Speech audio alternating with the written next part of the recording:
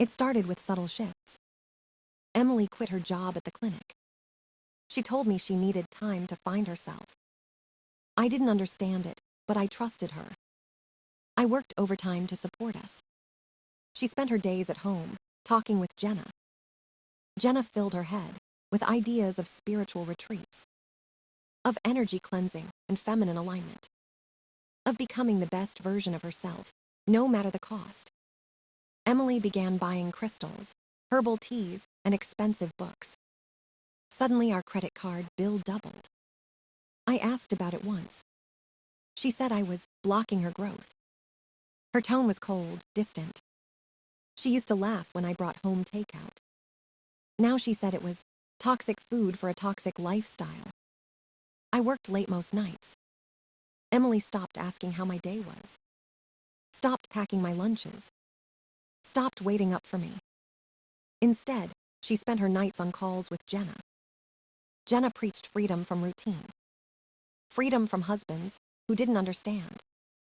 They planned weekend trips I didn't know about, wine tastings, yoga retreats, women-only healing circles, the kind I never got invited to or asked about. It was like Emily and I were no longer on the same team.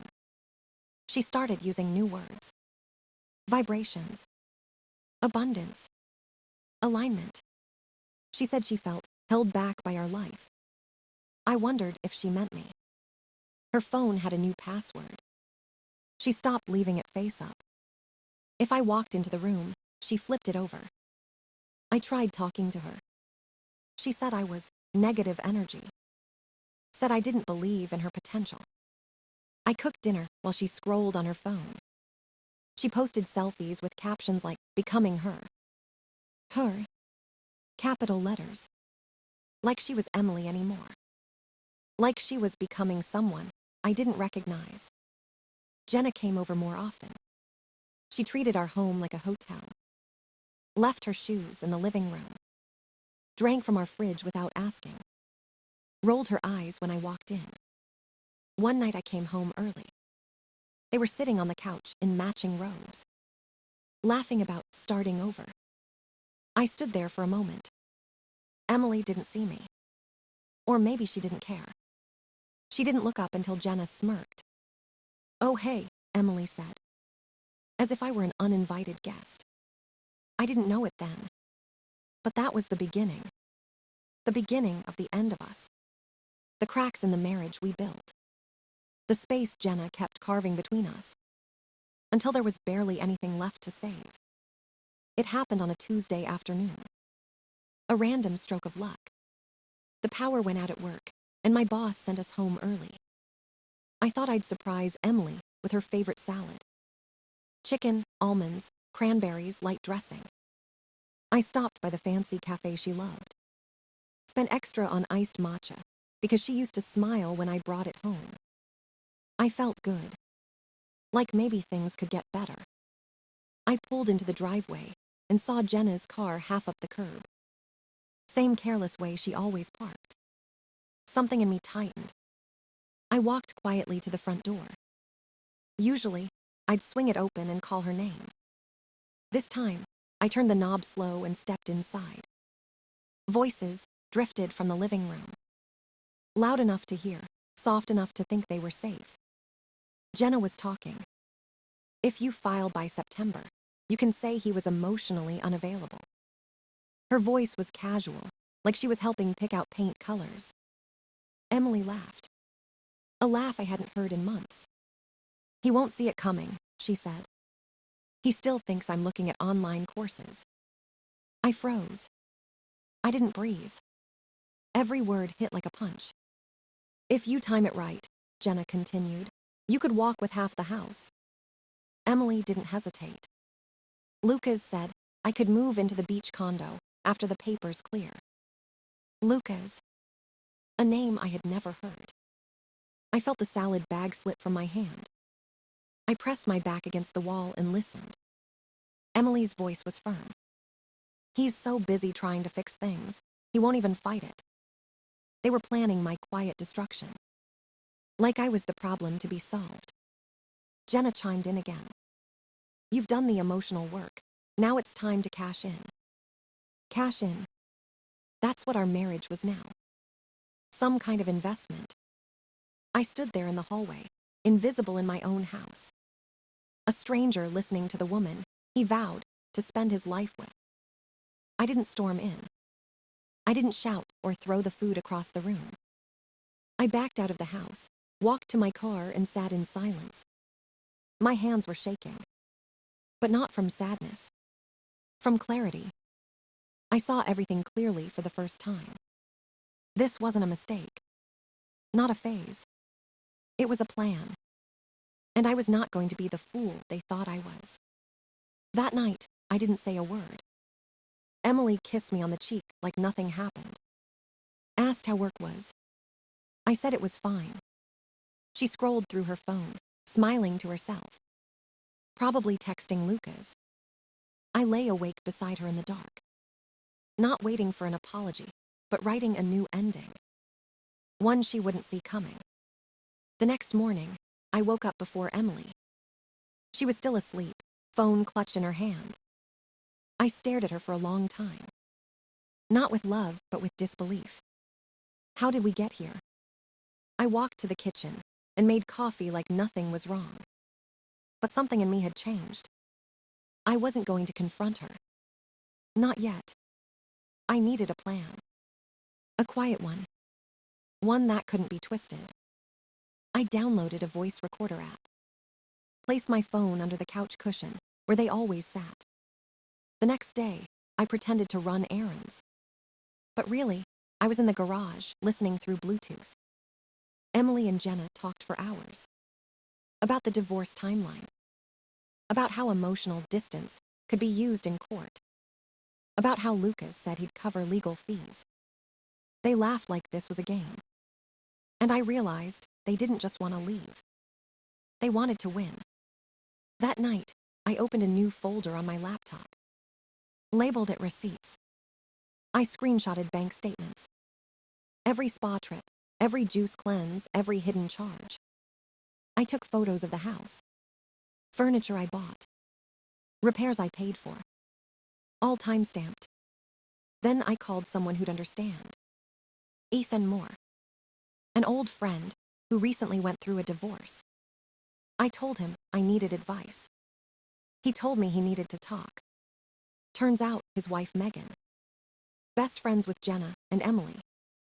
And she was pulling the same stunts. Pretending to fix things. Planning to drain their shared accounts. We sat in his garage, staring at each other in disbelief. Two blindsided men, same story, different houses. We made a pact. No emotions. Just strategy. We started tracking everything. Financials. Passwords. Call logs. Ethan knew a lawyer. A quiet guy named Rick who specialized in high-conflict divorce. We met him on a Thursday. Told him the whole story. He didn't flinch. He said, let them dig their own grave. Just document. I asked what I should do first. He said, move your assets. Silence is your power. I opened a new bank account Emily didn't know about. Transferred every dollar I earned for the last 3 months. Opened a separate credit card. Closed the joint one. Ethan did the same. We even moved ownership of our cars. Gifted them to trusted family for safekeeping. We weren't going to let them take everything. Then came the hard part. Pretending. Acting normal while they planned our downfall. I made dinner. Washed dishes. Asked Emily if she wanted tea. She barely looked up from her phone. But I was calm. Because I knew something she didn't. Her game wasn't secret anymore. And the next move was mine. 2 weeks passed. I gathered more evidence than I ever thought I would need. Screenshots, recordings, bank logs. Every careless word she said behind my back. Every dollar she charged to build a fake future. I saved it all. Ethan did the same. His house was filled with binders and folders.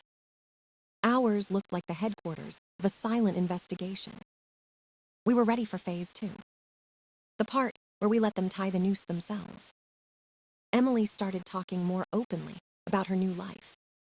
She said Lucas wanted kids. Said he owned a luxury condo by the beach. Ethan and I decided to look into him. We searched property records, credit reports, social media. Lucas owned nothing. The beach condo was a short-term rental. His car was leased and overdue on payments. His career was just empty buzzwords. Crypto consultant. Visionary investor. He was a fraud with a good jawline. That was the man Emily was planning to leave me for. And she had no idea. One night, I left a small camera running in the living room. Caught Emily saying, "Once I'm with Lucas, I'll be unstoppable." I saved the clip. Titled it Delusion Level Expert.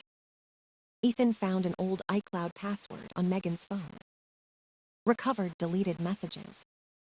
There were photos of her and a yoga instructor. Explicit ones. We laughed at first. Then we got quiet. Because this wasn't funny. It was betrayal wearing a spiritual mask. The next step was securing our assets. I moved my savings. Transferred the truck title to my brother. Sold my motorcycle for $1. Got it notarized. I cleared half the house without Emily noticing. In boxes labeled seasonal. Ethan did the same. We were stripping our lives down to the bones. Leaving nothing for them to take. We weren't being petty. We were being precise. Then came the reveal. We printed everything. Every screenshot. Every time-stamped expense. Every whispered plan to replace us. We put it all into labeled binders. One for Emily. One for Megan. Inside each binder. Evidence of infidelity. Proof of financial manipulation. Legal documents showing they walk away with nothing.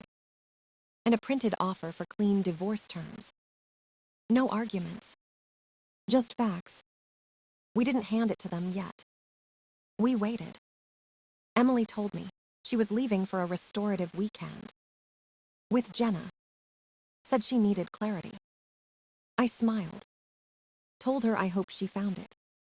The moment the door closed, I texted Ethan one word. Ready. We met at his buddy's office downtown. A small law firm. Just us, the binders, and cold air.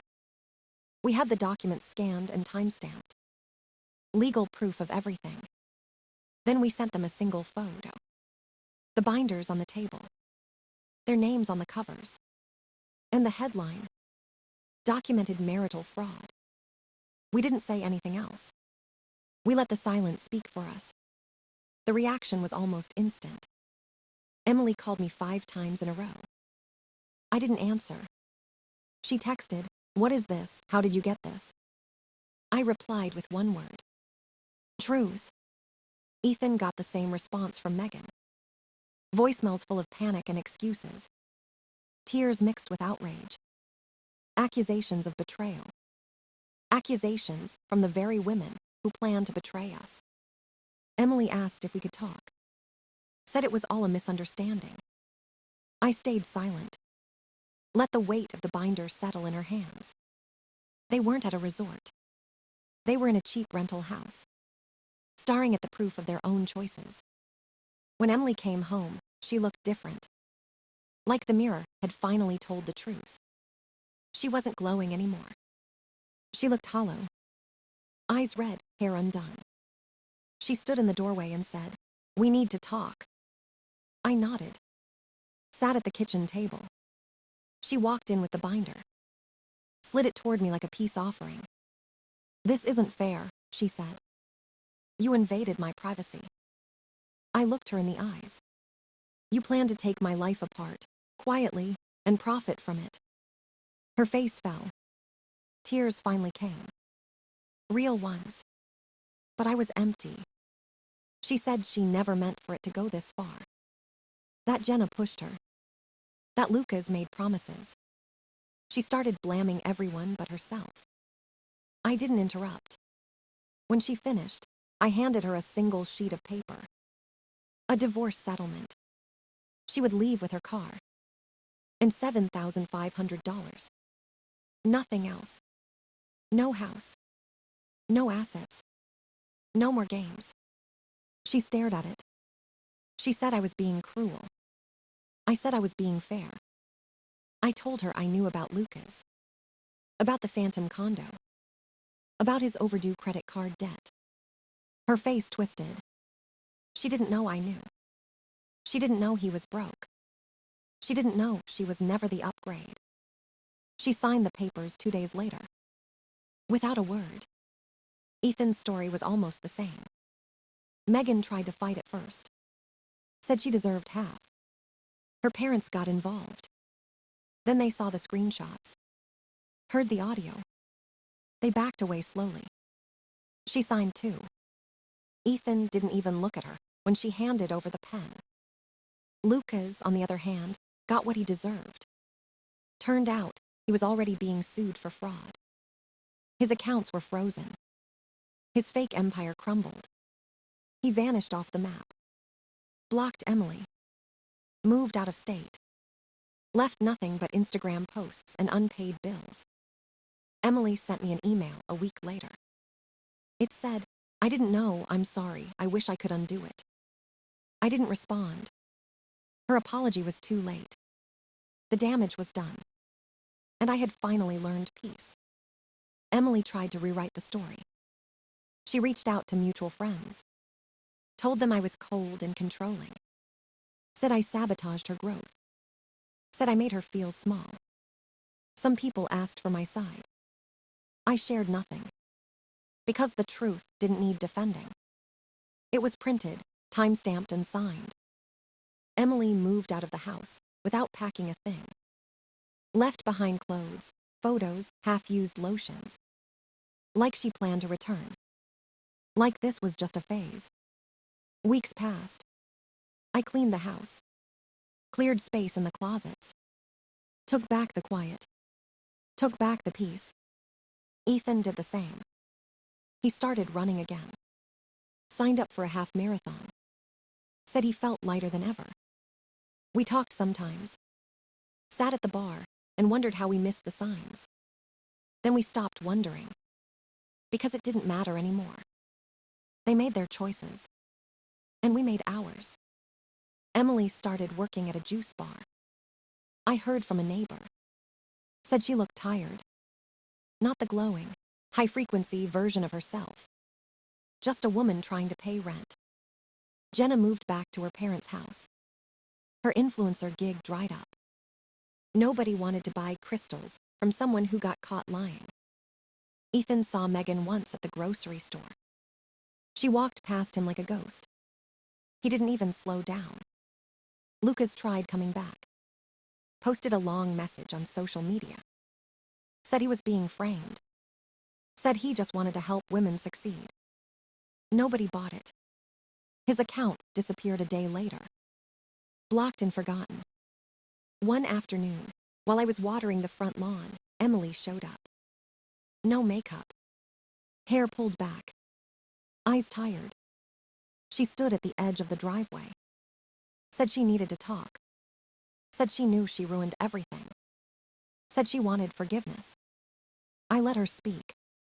Then I said, "I hope you find what you're looking for, but it won't be here." She started crying. Real tears. But I felt nothing. She walked away slowly. Got into her old car. Drove off without looking back. That night, I slept better than I had in months. Not because I won anything, but because I finally let it go. The house is mine now. My space. My life. No more secrets. No more hidden plans. Just quiet. Just peace. Sometimes, I think about the man I was before all this. Naive. Hopeful. Trusting without question. But I don't feel bad for him. He learned. He walked through fire and didn't let it burn him. And now I'm stronger. Wiser. Alone maybe. But never lonely. Because I'd rather be alone with peace than together in a lie. I saw her one last time. Emily showed up months later, standing on the sidewalk like a shadow from a past life. She asked if we could start over, if there was any chance of repairing what was broken. I looked at her and saw everything clearly. Not the woman I loved, but the choices she made, the plans she built without me, the silence she left behind. I told her gently, "You walked away long before I did." She wiped her tears and nodded, because deep down she knew it was true. I closed the door behind her, not in anger, but in peace. I walked back into my own life, one I rebuilt with patience and truth. No illusions, no games, just freedom, the kind that's earned, not stolen. And that's when I realized something simple. The end isn't always tragic. Sometimes it's a beginning we didn't know we were waiting for.